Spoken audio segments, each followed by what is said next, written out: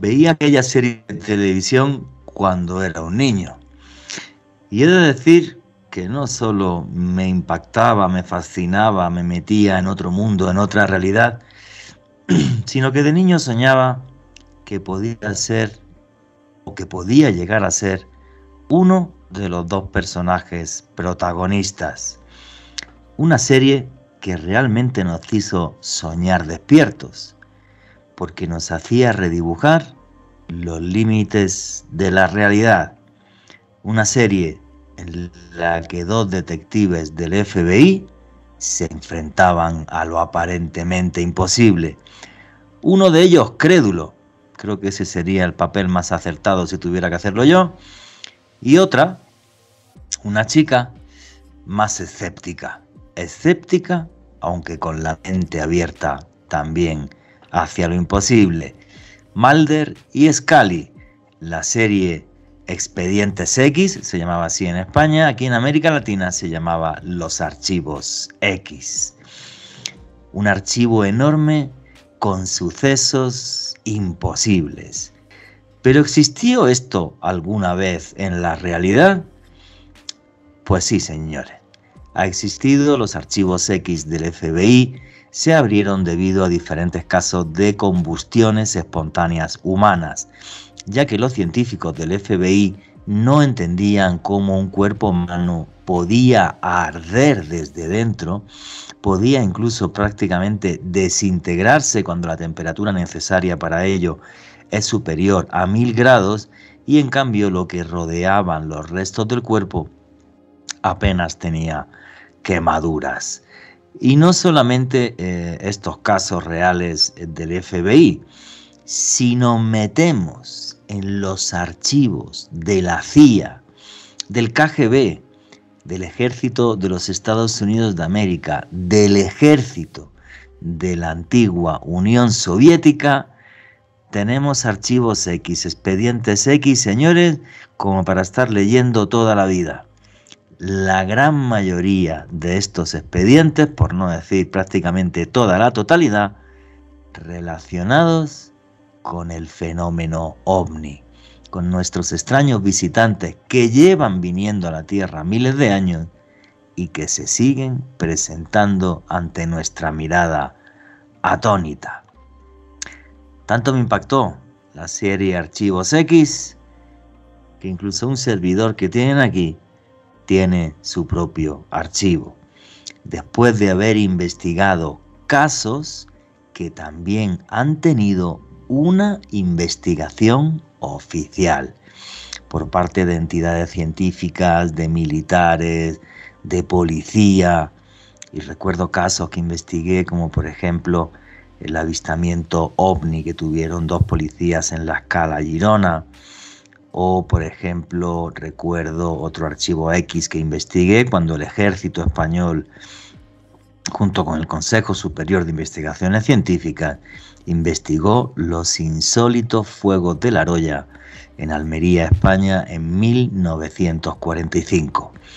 Cuando entrevisté a esos testigos de lo insólito, me sentí como Mulder o Scully, y les aseguro que es una de las sensaciones más hermosas, más bellas que he tenido en mi vida, porque aquellos testigos me narraban lo que vieron con sus ojos, y lo que vieron con sus ojos era inexplicable hace décadas y lo sigue siendo a día de hoy. Buenas noches, familia del misterio. Mi nombre es Juan Jesús Vallejo. Los que queréis seguirme en redes sociales, mi Twitter es @JuanGVallejo, Juan J.E. Vallejo.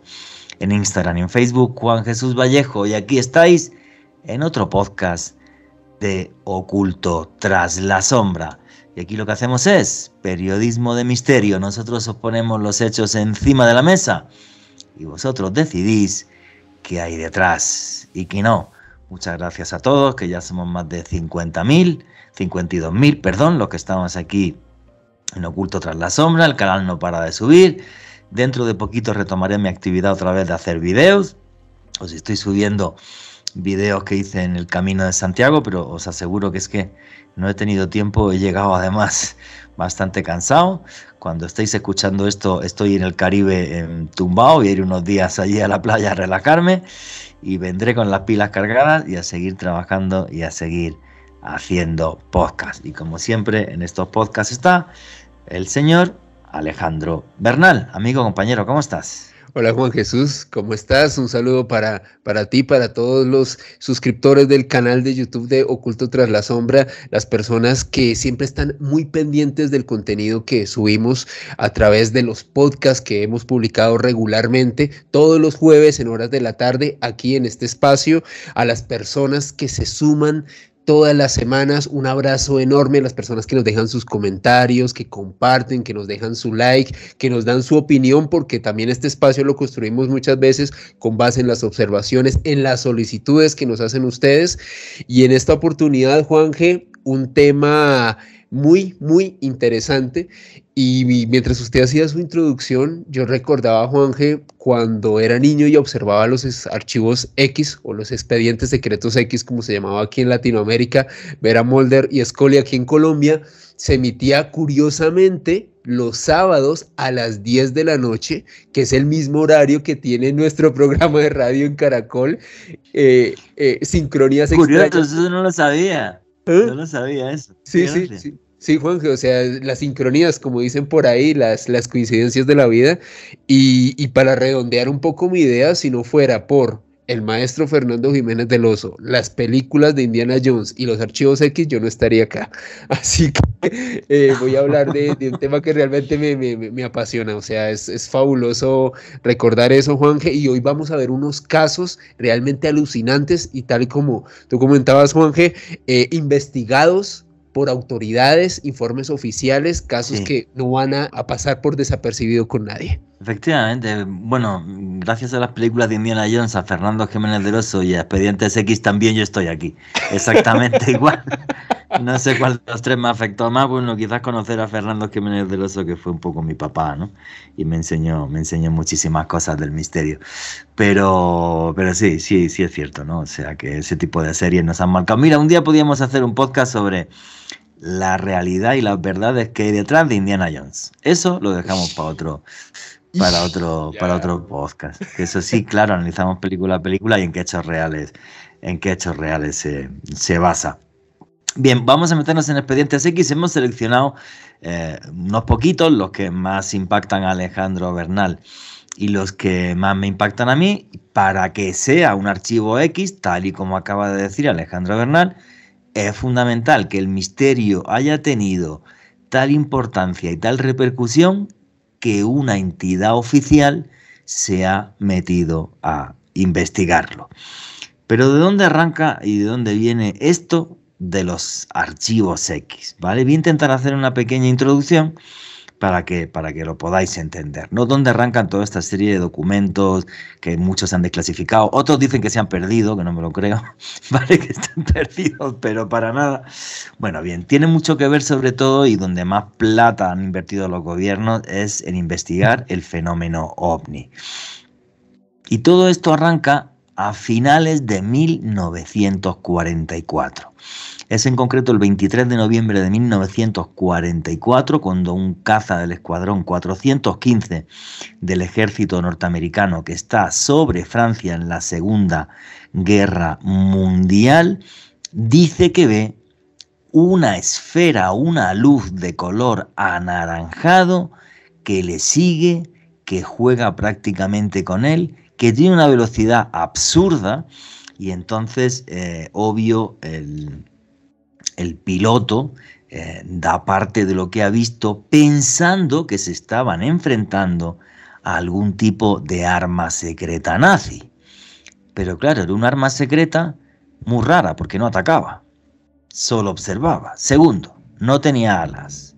Tercero, importantísimo, no tenía un sistema de propulsión aparente, ni hélices, ni absolutamente nada.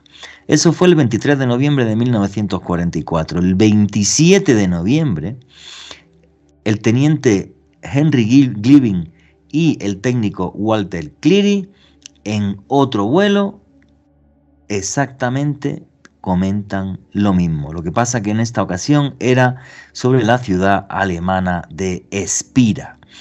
Vuelven a decir que ven un objeto anaranjado que se les acerca, que juega con él y que luego desaparece. Bien, 23 de noviembre, 27 de noviembre de 1944, y ese mismo año se reportan en diciembre 2 avistamientos más. Uno por el caza que pilotaba el teniente David McFall y otro por el caza que pilotaba el mayor William D. Lead. El último caso, el de William D. Lead, ya no era una sola esfera anaranjada, sino que eran 2 esferas anaranjadas. El ejército norteamericano empieza a recopilar todos estos testimonios, intentando comprender qué arma de los nazis es esta, y, como siempre, a algunos se le fue la lengua, y el 2 de enero de 1947 el New York Herald Tribune hace una publicación donde comenta que los pilotos norteamericanos están llamando a estas bolas de luz anaranjada Foo Fighter, que significa algo así como cazas de fuego. Bueno, pues toda esa información se recopila, obvio, y se hace un archivo X, porque es un suceso que es inexplicable. Se gana la guerra y los grandes garifaltes nazis y científicos como von Braun dicen que no tienen ni idea qué es eso. No solo que no tienen ni idea qué es eso, sino que sus pilotos también lo han visto y no saben qué es. A eso se suma diferentes informes que había en Suecia, para ser exacto, donde diferentes pilotos suecos se quejaron a los alemanes de que ellos habían visto una especie de naves en forma de puro que pensaban también que era un arma secreta de los nazis, como tenían tan buena tecnología, y otra vez los alemanes dijeron que no tenían nada que ver con eso que se había visto en Suecia.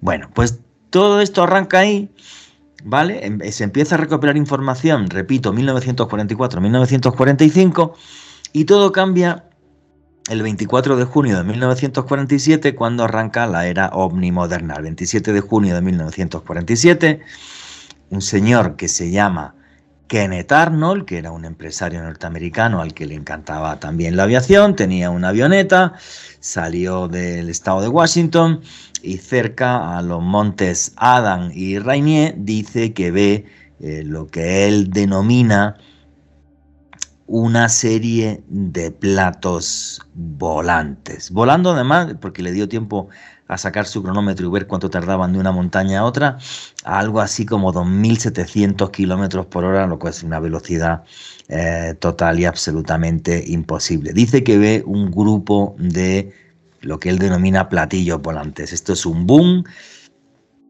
y empieza a salir por todos lados información sobre, oiga, ¿no será que esto que estaban viendo los pilotos al final de la Segunda Guerra Mundial y lo que ha visto Kenneth Arnold son naves de otro mundo? Y llega la megabomba, el super expediente X, y por qué se tapa todo esto, que es el caso Roswell. Pero como hablo como una lora y no me gusta que esto sea un monólogo, Alejandro Bernal, ¿qué opinas de este arranque, que es el arranque oficial real de los expedientes X, finales de la Segunda Guerra Mundial, los Foo Fighters, y luego, claro, el tema de Kenneth Arnold se lo tomaron tan en serio, porque había gente que decía, no, pero este hombre será que miente o algo, que mandaron al FBI, y el FBI, había un geólogo aficionado, un tipo que estaba buscando rocas así extrañas en el Monte Rainier, y le comentó al FBI cómo él había visto lo mismo que había visto Kenneth Arnold. Juan G., sin lugar a dudas, un repaso por el inicio de lo que podríamos llamar la era ovni moderna. Lo que eran estos Foo Fighters eran una serie de aeroplanos, al menos así lo veían los pilotos en aquel entonces, o lo interpretaban de esa manera, que iban a una velocidad superior, que tenían una capacidad de maniobrar muy superior, valga la redundancia, a lo que ellos habían visto en combate hasta el momento. Lo observaron tanto los aliados como los alemanes. Ninguno de ellos sabía realmente de qué se trataba, los desconcertaba totalmente, y sobre todo lo que más le llamaba la atención, Juan Jesús, era pensar, bueno, si son muy superiores y más rápidos a nosotros, ¿por qué no nos hacen daño? ¿Serán solamente tecnología de reconocimiento? Eso era lo que dejaba realmente absortos a los pilotos. Sobre el caso de Kenneth Arnold, que también lo he investigado y me parece alucinante, Brutal. este hombre, Juanje, observó estos objetos a las 3 de la tarde sobrevolando el Monte Rainier, es decir, plena luz del día. Era un tipo que tranquilamente hubiese podido identificar una aeronave o lo que fuera a esa hora, y cuando observa esto a plena luz del día, el tipo queda realmente sorprendido. Utiliza ese término de los platillos voladores que se utilizó hasta hace muy poco para denominar todo lo que tiene que ver con este fenómeno de los ovnis, fenómeno UFO, que hoy en día en inglés ha sido rebautizado como UAP. Bueno, yo me niego a decirle WAP. O sea, me niego. Sí. Me niego porque es verdad, o sea, vamos a ver, nos han machacado todos los señores estos de la CIA y demás, con todas sus artimañas. Como si cuando hablásemos del fenómeno ovni fuera una patraña y fuéramos todos unos iluminados y una panda chalados, y como ellos mismos denostaron el fenómeno, y ellos mismos en los años 90, por ejemplo, dijeron públicamente que lo de los ovnis era mentira y que todo esto era que la gente había tenido avistamientos de prototipos de la empresa Northrop y tal. Y entonces está tan denostado y ahora se ha convertido en un problema de seguridad pública con los vídeos que se han filtrado por parte del Pentágono, y porque el Pentágono reconoce que desde el año 2004 se estaba gastando nada más ni menos que 22 millones de dólares en investigar el fenómeno, pues ya no investigan el fenómeno ovni, ahora investigan los WAP, que es no sé qué aérea, el fenómeno tal, pues no me da la gana. Yo mientras me muera en este podcast y en Caracol Radio en Noche de Misterio voy a decir fenómeno ovni. Y WAP, vamos, nada, me niego. No, es que me niego. O UFOs en inglés, Juanje.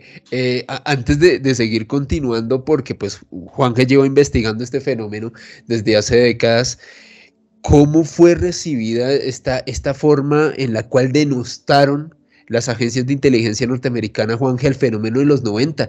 Qué complicado fue continuar investigando esto después de eso. ¿Cómo fue esa época, Juanje? Es que en los 90 pasaron dos cosas. Por cierto, tu pregunta es buenísima. En los 90 pasaron dos cosas.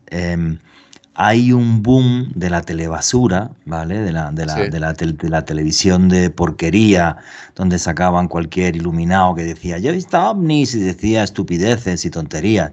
Por eso le tengo tanto pánico cuando aparece de repente, como por ejemplo ahora aparece una señora, es que ya hablo con los extraterrestres, y uy, increíble esta señora y tal, y luego cobra por tocarte con las manos que cura gracias a los extraterrestres $500, ¿vale? O sea, le tengo terror a estos personajes, siempre los critico, siempre los criticaré. Son estafadores, señores, igual que hay estafadores que utilizan, no sé, los caballos de carreras, y por eso los caballos no son culpables, son inocentes, ¿vale? Es igual, ¿no? O sea, hay un boom de la telebasura donde se denostan estos temas, el fenómeno ovni y todo lo que tenía que ver con el misterio. Veníamos de un boom de los años 80 enorme, donde el misterio está súper de moda. La televisión basura utiliza el misterio para hacer chiste fácil, y a la vez de Estados Unidos, pues por ejemplo aquel informe por parte del gobierno norteamericano diciendo, no señores, no solamente no investigamos el fenómeno ovni, sino que sepan que todo lo que tiene que ver con los ovnis han sido avistamientos de prototipos norteamericanos, cuando estaban investigando ovnis en los 90 con las últimas filtraciones que ha habido. Y además se lo tomaron tan serio que en 2004 ya crearon, digamos, un grupo de especialistas en inteligencia para investigar esto. Ojo, en el 2004, que sepamos, lo que hayan hecho antes, no tengo ni idea. Entonces, ellos mismos desinformaron, y ahora hay que hablar de WAP. Pues no me sale iba a decir una barbaridad, en el último segundo me reprimí, ¿vale? No me da la gana, o sea, que no quiero, o sea, no, fenómeno ovni, objeto volante no identificado, como lo he dicho toda la vida, no sé si es que me he vuelto un viejo gruñón ya, pasar los 50 o algo, pero me niego. Pero qué buena pregunta has hecho, o sea, Sí, de repente, ¿sabes lo que sucede? Que los ciencinazis, los que yo llamo ciencinazis, que para mí no son científicos, aunque tengan licenciaturas y les puedan dar un premio Nobel en ciencia, porque yo entiendo que un científico no puede cerrar los ojos ante una realidad inexplicable. Antes no se sabía que era un agujero negro, ¿vale? Y ahora cada vez más estamos sabiendo que es, aunque todavía no sabemos exactamente qué sucede en un agujero negro, ¿vale? Pero porque no sepamos si haya un enigma, no hay que negar que los agujeros negros puedan existir. Cuando tienen miles, no, millones de testimonios, filmaciones, imágenes, todo lo que quieras, y los testimonios de los pilotos, y todavía están los negacionistas, estos ciencinazis de no, eso es un virus chino que le ha entrado, pero es que la aplicación es genial. El virus chino le ha entrado al portaaviones como el USS Nimitz, que solamente cuesta 6.000 millones de dólares, ha entrado al radar, ha entrado en la cámara del F-18 que filmó y además en el cerebro del piloto que estaba allí. O sea, no, los virus chinos saltan del cerebro al computador y una cámara. Es una cosa increíble ya. Yo lo flipo, tío. O sea, madre del amor hermoso. Entonces, bueno, pues sí, lo que te digo, ¿no? O sea, nos han triturado muchas veces y yo tengo que decir, ¿no? Que el ser un personaje público, aunque nosotros seamos de serie B, pero somos personajes públicos y tanto tú como yo, que tú trabajas conmigo también en Caracol, bueno, pues hace que de vez en cuando pues nos insulten o historias o cosas y tal. Cada vez creo que lo llevo mejor y cada vez pues más fácilmente bloqueo y no quiero saber nada, ¿no? Pero bueno, pero yo sí recuerdo los 90 como una época fea. Y además, fíjate, yo llegué a Madrid en el 99, pero yo empecé a trabajar con Fernando Jiménez del Oso en el 98. Para la gente que no sepa quién es Fernando Jiménez del Oso, fue una persona muy famosa en España que hacía documentales de misterio, de arqueología, de todo esto. Y yo recuerdo que en aquella época en aquellos programas de televisión basura, donde no había diálogo, sino que donde era escarnio, ¿vale? Entre a favor y en contra de estos temas y tal. Y Fernando jamás participó. ¿Y sabes lo que me dijo a mí? Me decía, Vallejito, no vendas tu imagen. Tu imagen es para toda la vida, macho. O sea, por toda la plata que te quieran dar, no vendas tu imagen, tío. No te metas en un circo de eso. Y macho, le hice razón, me lo ofrecieron alguna vez. Pagaban bien, ¿eh? Y no fui, tío. Nunca fui. Y me alegro un montón, tío. Creo que la vida no es un sprint, no son 100 metros, es un maratón. Y son 42 kilómetros y es una trayectoria de largo recorrido, la vida profesional de cada uno. Pero ya también es que esto es un tema ético, tío. Yo es que creo en el misterio, ¿vale? Y como creo en el misterio, me niego tanto a entrevistar a un ciencinazi como todo lo contrario, a alguien que utiliza el misterio para estafar, que anda que no hay, ¿vale? Y entonces son elegidos de no sé qué vaina y tienen superpoderes o no sé qué, y esto mentira, y se ve a la legua, ¿vale? Pues ahí está un señor que va con una llavecita tocando los templos egipcios y dice que los activa. Pff, o sea, no comment, ¿vale? Entonces, pues, en fin. Pero bueno, perdón que como siempre he destrozado el guión, pero la pregunta de Alejandro Bernal creo que estuvo súper bien hecha y en el momento adecuado. Y entonces, bueno, me han venido muchos pensamientos a la cabeza. Pero en fin, tío, aquí seguimos en este podcast, en este canal de YouTube. Estamos en la radio súper bien. Tú también tienes tu canal de YouTube, Mandrágora Misterio. Y nada, y hacemos periodismo y contamos lo que nos gusta y lo que nos llega al alma. No tenemos superpoderes, nada más que leemos un montón, compramos los libros que la plata nos da, hasta donde nos llega la plata, y ya está, y listo, y entrevistamos mucha gente, ¿vale? Porque que sabe más que nosotros. Lo he dicho muchas veces, Juan, y qué pena por interrumpirte. No tenemos superpoderes, nuestro único superpoder es que somos apasionados por esto, no lo creemos, y porque no lo creemos y lo tomamos en serio, tratamos de manejarlo con el mayor rigor que se puede y también sin perder la magia que rodea estos temas. Es básicamente nuestra intención siempre. Rigor, pero haciendo cosas entretenidas, divertidas. Exacto. Vivimos el misterio y yo he tenido la suerte de vivirlo en medio mundo. Además, sí. Y ahora estoy súper contento porque hay gente que me va a acompañar ahora a ir a Egipto, Y el año que viene, para marzo, os tengo ya una sorpresa, ¿vale? Ya tengo el siguiente viaje planificado. Lo diré dentro de... Cuando venga de Egipto lo digo, porque si lo digo antes se me enloquecen las redes sociales, empiezan ya a querer cerrar todo el mundo a reservar, entonces vamos a esperar un poquito, pero va a ser un viaje súper, súper especial. Bueno, retomemos aquí donde estábamos en los expedientes X y en este complejo mundo del misterio. Por eso hemos hecho todo este inciso. Y bueno, básicamente, como decía, el comienzo de la era de los expedientes X es el comienzo de la era OVNI. Los Foo Fighters al final de la Segunda Guerra Mundial, estos avistamientos de pilotos norteamericanos en Francia y Alemania. Lo que le sucede a Kenneth Arnold en 1947 hace que se implique directamente ya el FBI. Ya no solamente son los servicios secretos del ejército normal, sino también es el FBI. Y donde cambia todo para hasta la eternidad es en el año también de 1947. Y en concreto sucede en Roswell, Nuevo México. ¿Y qué es lo que pasa en Roswell, Nuevo México? Bueno, pues allí estaba, en la base de White Sands, el único escuadrón de bombarderos atómicos que existía en aquel momento, porque los soviéticos todavía no tenían la bomba atómica, faltarían todavía 2 años, que era el escuadrón de bombarderos del grupo 509, algunos de los mejores pilotos norteamericanos que había llevando bombarderos y al mando de todo esto, ni más ni menos que el coronel William Blanchard, que no era cualquier coronel, era el señor que coordinó el lanzamiento de la bomba de Hiroshima y de Nagasaki.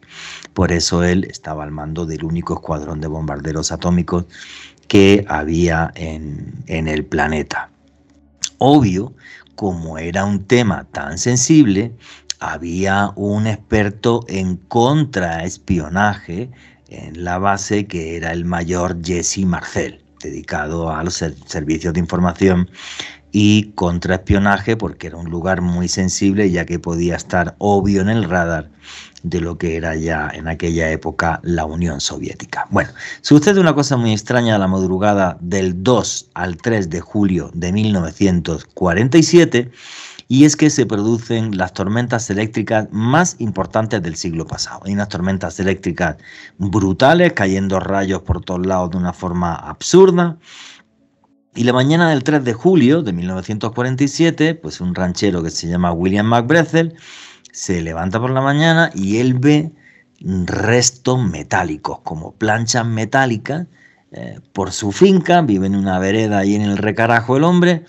Y el día 6 por la mañana, porque él no tenía teléfono ni nada, se va a ver al sheriff local, al señor George Wilcox, y le lleva estas planchas metálicas que, conforme él entra por la puerta, le da las planchas metálicas, le dice: amigo, usted de aquí ni se mueve. Llama a los militares y pensando que claro, que ellos podían ser los restos de un avión espía soviético o cualquier cosa, y les dice a los militares, a la base militar: oiga, que aquí hay un señor que ha traído unas planchas metálicas de su rancho, vaya que esto sea de algún avión espía o algo, vengan ustedes para acá. Y el coronel William Blanchard manda, obvio, al jefe de contraespionaje, a Jesse Marcel. Lo manda con varios soldados, recogen a McBrethel el mismo día 6 y se van para el rancho de McBrethel. Y lo que hace Jesse Marcel es que recoge más material de este y lo lleva esa noche a su casa. Ese detalle es muy importante.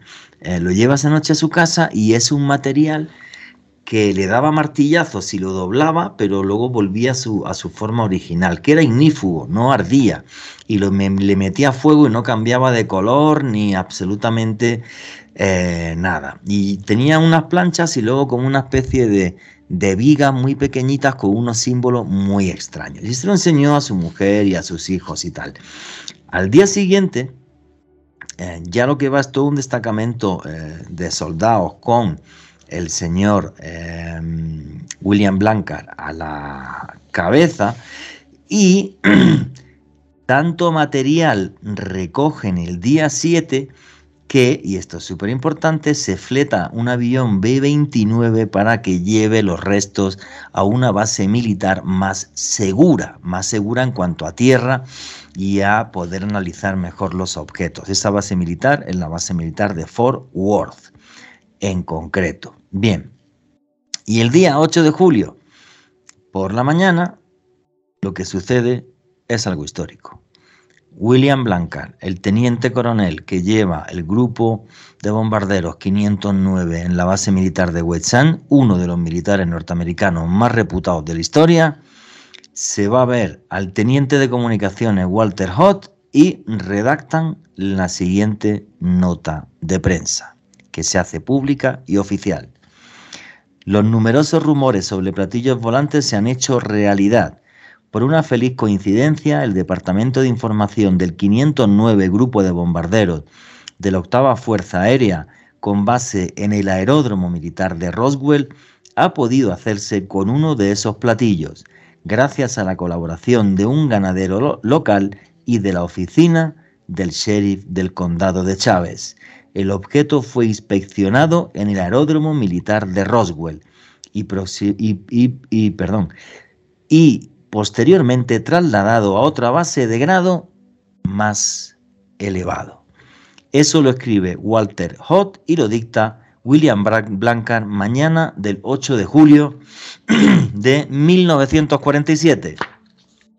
Las radios más importantes de Estados Unidos cortan su emisión y en concreto el sonido histórico de esta nota de prensa se escucha así. Headline edition, July 8, 1947. The Army Air Forces has announced that a flying disc has been found and is now in the possession of the Army. Army officers say the missile, found sometime last week, has been inspected at Roswell, New Mexico, and sent to Wright Field, Ohio, for further inspection. Fascinante. O sea, es que me parece una historia alucinante, ¿vale? O sea, cómo es esa tormenta eléctrica la más importante del siglo, cómo aparecen estos rectos, McBrethel, que es el granjero, se lo lleva a George Wiscol, que es el sheriff, llegan allí y tenemos armado la marimorena. Nota de prensa de un teniente coronel que lleva en un grupo de bombarderos atómicos, el único del mundo, diciendo que tiene una nave de otro mundo en su poder.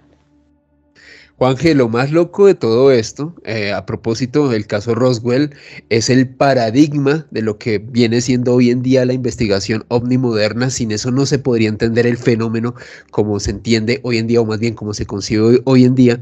A mí lo que me parece más curioso de todo esto es precisamente después de redactar públicamente que Walter Haut promueve este comunicado que le dicta William Blanchard, al día siguiente a Blanchard, de manera bastante misteriosa, por utilizar un término, lo destituyen y nombran al teniente general de la Fuerza Aérea, Roger Ramey. Y Roger Ramey lo que hace es que se reúne con Jesse Marcel y le dice: mire, hombre, para evitar este bombazo informativo, porque se nos está saliendo de las manos, necesito que usted haga una rueda de prensa y diga que, mire, este tema de los platillos voladores no es cierto, nosotros lo que encontramos fueron restos de un globo meteorológico. Cuidado, que esto es más heavy. Ese mismo, conforme se da la nota de prensa, llaman desde Washington al teniente coronel William Blanchard y lo relevan del cargo y lo mandan a Hawái. No es que lo mandaron, sí, claro, lo mandaron a Hawái para que no fuese a hablar con él ni Dios. Lo mandan a Hawái, estuvo varios años en Hawái, no es que estuvo un día o dos, Lo mandan a una base aérea en Hawái, ¿vale? Y entonces llega Roger Ramey y, en concreto, lo que le dice a Jesse Marcel es que como abra la boca, o sea, que fuera del ejército, y en la rueda de prensa donde sacan restos de un globo sonda, el único que habla es Roger Ramey.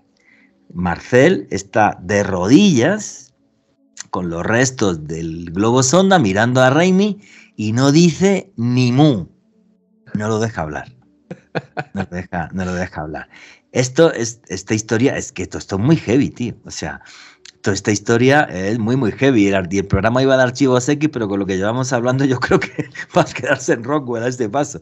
Pero es que es precioso que la gente conozca esta historia, ¿vale? Porque luego hay cosas que lo denostaron, como esa falsa autopsia, historias y tal, pero ¿qué va? Toda esta historia es real y es una pasada. Bueno, pues todo esto quedó ahí y lo silenciaron súper bien diciendo, no, señores. Bueno, la explicación era muy sensata. Un teniente coronel, que es un experto aviador, junto con otro grupo de los mejores aviadores de Estados Unidos, han confundido un globo sonda con un platillo volante. Todo muy normal. Muy normal. Súper normal. Se levantaron por la mañana, cantaron el himno de Estados Unidos y les dio por tomar guaro, no lo vamos a decir. Se tomaron 14 garrafas de guaro y se fueron al campo y entonces dijeron que un globo sonda era un platillo volante. Esa es la cosa más ridícula del mundo si uno lo analiza. O sea, vamos a ver, pero ¿cómo se va a jugar un teniente coronel su reputación, más todos los aviadores que había allí y que inspeccionaron los restos?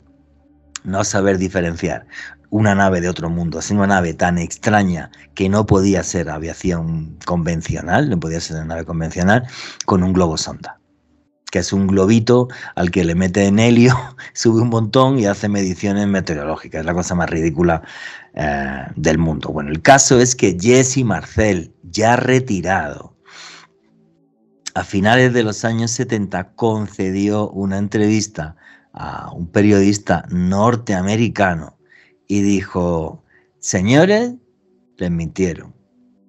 Yo recogí aquellos restos, esos restos para mí no eran de este mundo, yo no fui el segundo día estaba a la cabeza William Blanchard, pero lo que yo recogí, eso no es que no perteneciera a ningún tipo de avión, sino que eso yo no lo he visto en mi vida, porque le pegaba martillazos, volvía a su forma original, le metía fuego, no cambiaba de color ni absolutamente nada, y no he visto nada parecido en mi vida. Eso se montó un boom que no te imaginas, porque además el hijo de Jesse Marcel, que es militar, era médico militar para ser exacto, dijo en prensa, sí, señores, y no es que lo diga mi papá, es que los restos los vi yo también porque los llevé a mi casa cuando yo era niño. Y jamás olvidaré aquello.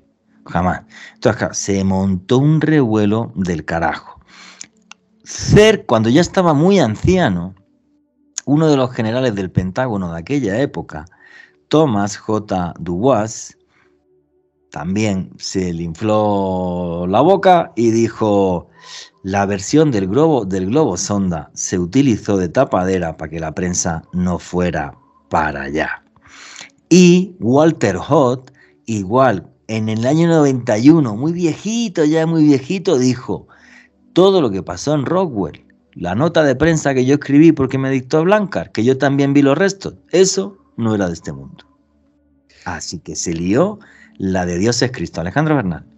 Tal cual, Juanje, y de hecho durante mucho tiempo los militares intentaron socavar este misterio alrededor de Roswell, comentando que se trataban también restos quizás de un proyecto soviético de espionaje, el proyecto Mogul, en donde aparentemente podían llevar globos a una altura bastante elevada para espiar. En los años 90, después de que en los 70 se monte este escándalo y en el 91 diga Walter Haut que todo era cierto, hubo un senador, un congresista en concreto del Partido Demócrata, Stephen Schiff, y Stephen Schiff dijo, a ver señores, que esto ya huele muy raro, ¿vale? ¿Qué leche pasó en Roswell? Y como soy senador de los Estados Unidos, me van a tener que dar los documentos. La respuesta de la CIA, de los servicios de inteligencia norteamericanos y del Pentágono fue, uy, qué pena contigo, como dicen aquí en Colombia, uy, qué pena contigo, que cuando digo que se me da un infarto, uy, qué pena con usted, que los archivos se nos perdieron. Moviendo y haciendo una limpieza de archivo, algún bruto se ve que cogió y tiró los documentos, o los documentos no están.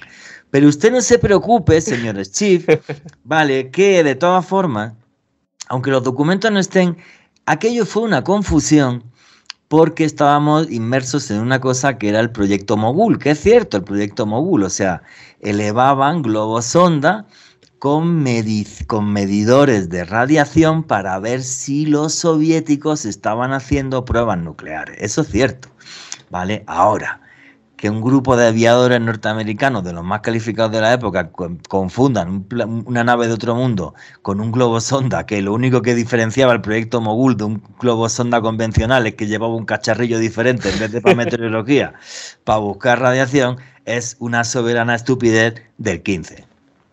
Totalmente, Juan G. Esa fue la manera en que se dirimió esa hipótesis del proyecto Mogul. Pero hablando de documentos oficiales, tal y como usted lo decía, Juan G., la CIA dijo que no tenía nada, que se les había perdido, pero el único documento oficial norteamericano fue creado por el FBI, un documento con fichado, o más bien con la fecha del 22 de marzo de 1950, y es firmado por un agente que se identifica como Guy Otel.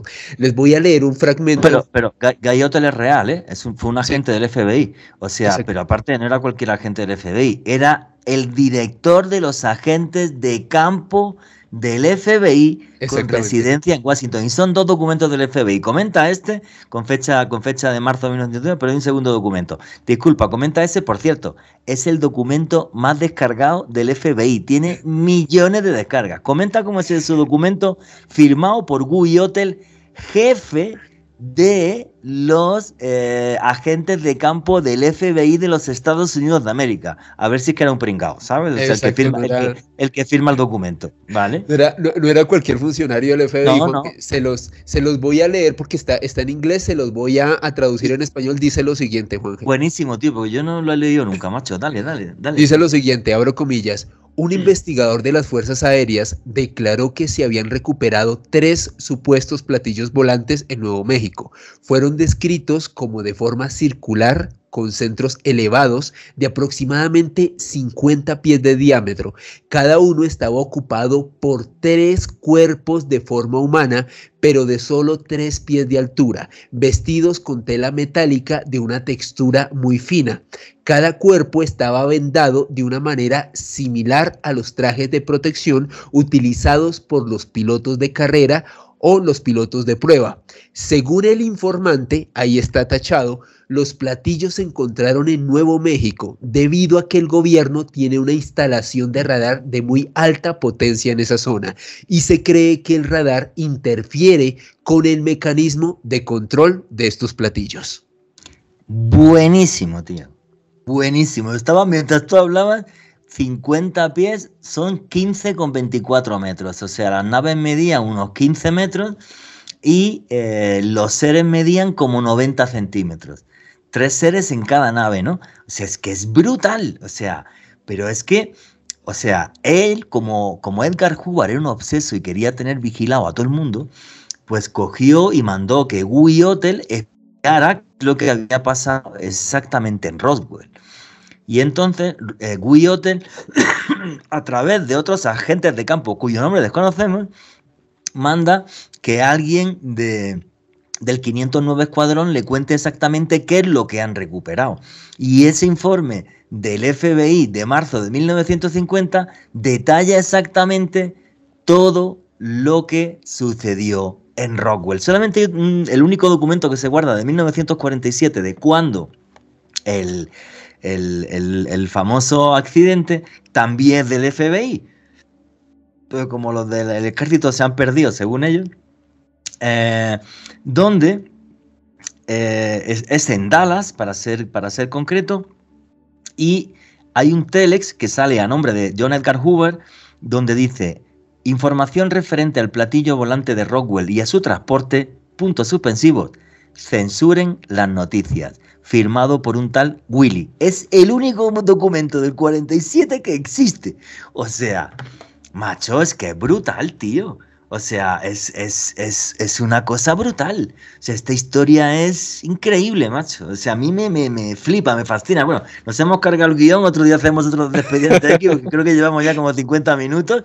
Pero bueno, sí, terminemos Roswell y hagámoslo súper bien. Y genial como has leído ese documento. Ahora, después del documento que nos ha leído Alejandro Bernal, que es un documento oficial del FBI firmado por el director de agentes de campo del FBI, en 1950, más el otro documento del FBI, más el testimonio de Jesse Marcel, ¿quién me dice a mí que no se estrelló en Roswell una nave de otro mundo?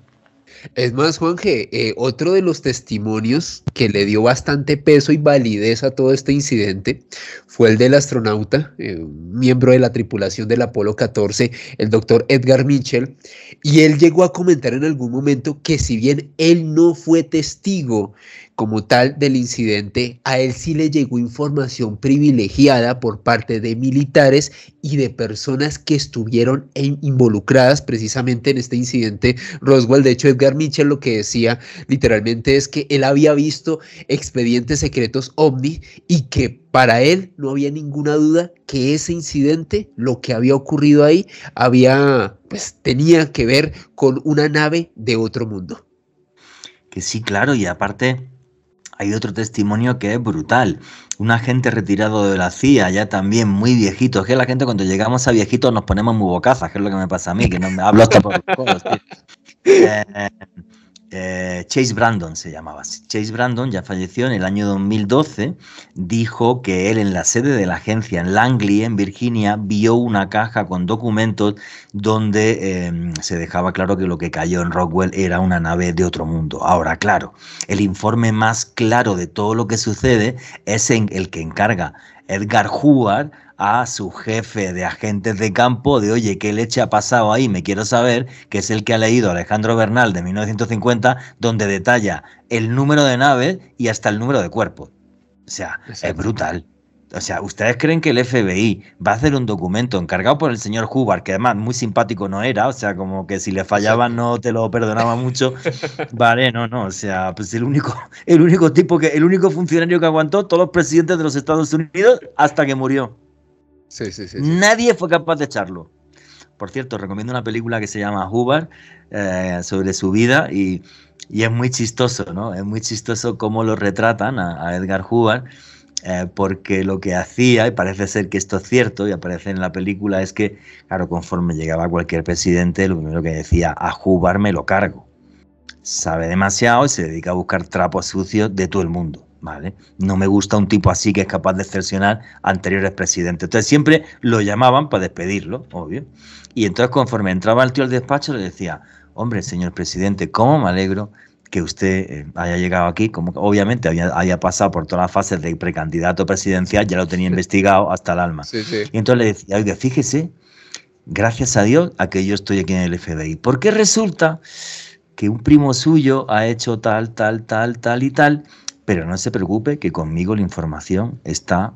Entonces, claro, los extorsionó a todos, absolutamente a todos, o sea, y además con casos de escándalos sexuales, como fue el caso de Kennedy con su hermano, o sea, unos temas, o sea, tremendos, Alejandro. Juanje, con Edgar Hoover yo creo que queda más que latente aquella frase que dice que el conocimiento es poder, y ese era el poder con el cual funcionaba este señor Edgar Hoover.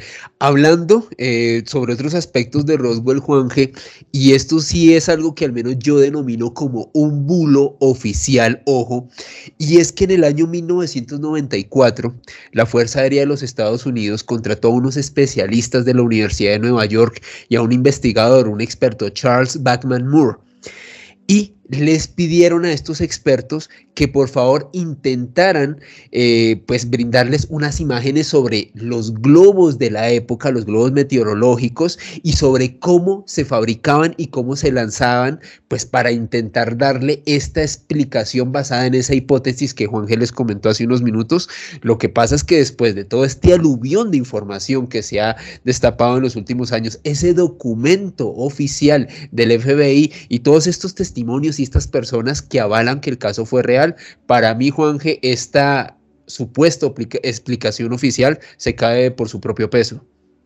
Sí, claro, pero vamos a ver, yo creo que se cae de su propio peso desde el momento en que piensas que un grupo de los mejores aviadores de Estados Unidos, los únicos autorizados a llevar un avión con bombas atómicas, se ponen los 10 o 15 delante de unos restos y dicen, macho, esto es una nave de otro mundo.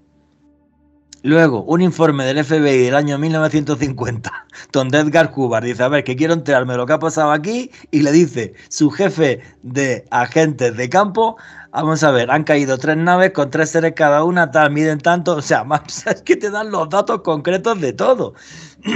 O sea, no es que me han dicho, no, o sea, clarísimo todo. O sea, desde mi punto de vista, claro. Y ahí arranca la época oficial de los famosísimos expedientes X, donde el silencio se convierte en una conjura. Es una conjura en el sentido de decir, la opinión pública no puede saber de esto, luego un día hablaremos, ¿no? Luego sé que el famoso proyecto Libro Azul, Allen Hynek, el astrofísico que está ahí, le sale rana y luego cuenta que le obligaban a mentir, y entonces hacen la famosa comisión Condon para decir, no, esto ya es mentira y tal. Y ahora me dicen que no hable de ovnis, que hable de UAP, una leche. Voy a hablar de como me salga de las pelotillas. Alejandro.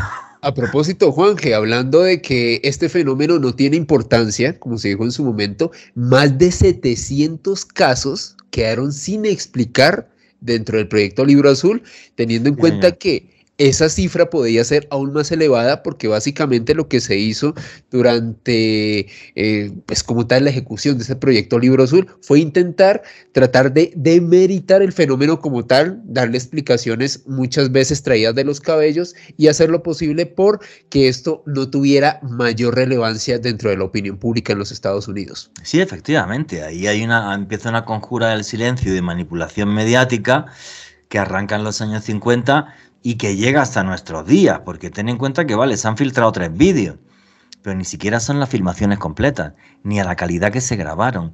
No se sabe cuántas filmaciones hay. Lo que pasa que, claro, pues el Congreso ya ha dicho, oiga, hay que cambiar el chip y por lo menos pues que los pilotos hablen y dejémonos de tonterías si queremos saber qué es esto, ¿vale? O sea, bueno, bienvenidos al siglo XXI y a la era de la modernidad. ¿Sabes en qué se equivocan? Si no cuentan con la gente que lleva investigando el fenómeno OVNI décadas, nunca lo van a entender. No lo entendemos nosotros, que llevamos décadas en esto. Lo que pasa es que no tenemos ese presupuesto ni esa plata. A mí me dan 22 millones de dólares y te llevo un extraterrestre esposado, vamos, te lo llevo allí e interrogado ya. Me dice hasta de dónde vino. Vamos. No por 22, por 11 te lo hago. Vamos. Pero sí, efectivamente, esa es la historia, amigos. La verdad que, fíjate, me encanta que destrocemos los guiones, tanto en Caracol Radio como aquí. Teníamos un montón de archivos X, otro día los hacemos. Alejandro Bernal os iba a contar, por ejemplo, para mí, el que es el archivo X, que se sale más del fenómeno OVNI, pero que es una pasada, que es el paso de Atilov, pero nada, lo hacemos en otro podcast y tal, y este se va a quedar con Roswell, que merece la pena que la gente lo conozca así de al detalle, ¿vale? Porque luego llegó un señor que se llamaba Santillí, que era un estafador y que tenía una pequeña productora, y hizo como que una autopsia, y entonces no, como la autopsia era falsa, pues el caso es falso, que no sé hasta qué punto a Santillí también estaba metido en algo raro con la CIA o lo que sea. No, señores, lo que pasó y los hechos son los que son, y los hemos dado con nombres y apellidos, ¿vale? Aquí puestos encima de la mesa lo que le ha contado Alejandro Bernal y este servidor que hay aquí. Para mí una historia fascinante y que realmente nos demuestra que una nave de otro mundo cayó en Roswell en el año 1947. Es más, yo creo mucho al señor Guyote, el jefe de los agentes de campo del FBI, no fue una sino 3. Alejandro Bernal, tu cierre y conclusiones, amigo. Juanje, pues fascinado por destrozar el guión entre los dos. Sí, nos hemos cargado, pero en un segundo, no sé ni para qué los hago. Pero la verdad es que el caso Roswell ameritaba su podcast completo y creo que lo hemos podido tratar al detalle, viendo las diversas aristas que tiene, como dice Juanje, poniendo los nombres, los documentos encima de la mesa. A propósito, en la descripción del video vamos a dejar el link de este documento oficial del FBI para que todos lo puedan consultar y demás. Y nada, Juanje, feliz de vivir el misterio, el caso paradigmático sobre el cual se erige el fenómeno ovni moderno Roswell, y a mí me pueden seguir en Instagram, Twitter y TikTok en @alebernalpress con @s. Y el mayor archivo X de la historia, amigo, efectivamente. Un archivo X tan importante que, según los servicios de inteligencia, se perdió en un traslado de expedientes. No me lo creo ni por el chira. En fin, señores, mi conclusión. como decía Alejandro Bernal, que me encanta destrozar guiones, nos hemos metido en esta historia que tanto a Alejandro y a mí nos apasiona, que hemos leído, que hemos investigado. He tenido la suerte de hablar con gente que ha estado en Roswell, como es el caso de Javier Sierra, recogiendo testimonios también de primera mano, y os aseguro que lo que cayó en Roswell no era de este mundo. Una nave de visitantes de otros planetas que creo que fue abatida sin querer por la mayor tormenta eléctrica del siglo XX en Nuevo México. Una nave de otro mundo que tocó tierra para siempre y que le dio al gobierno de los Estados Unidos de América una capacidad única en el planeta, la de tener contacto directo con nuestros visitantes, al menos con los restos de una de esas naves. ¿Qué se investigó sobre eso? ¿A qué conclusiones se llegó? Es algo que jamás sabré, pero tengo muy claro que todo esto es real. Están ahí, nos vigilan y no sé por qué, pero aunque parezca imposible, sus naves también pueden caerse. Así que nada, señores, miren al cielo con fascinación y a las estrellas con curiosidad, porque siempre nos guiñarán desde el firmamento. Y nunca olviden que vivimos en un mundo mágico porque está repleto de misterio.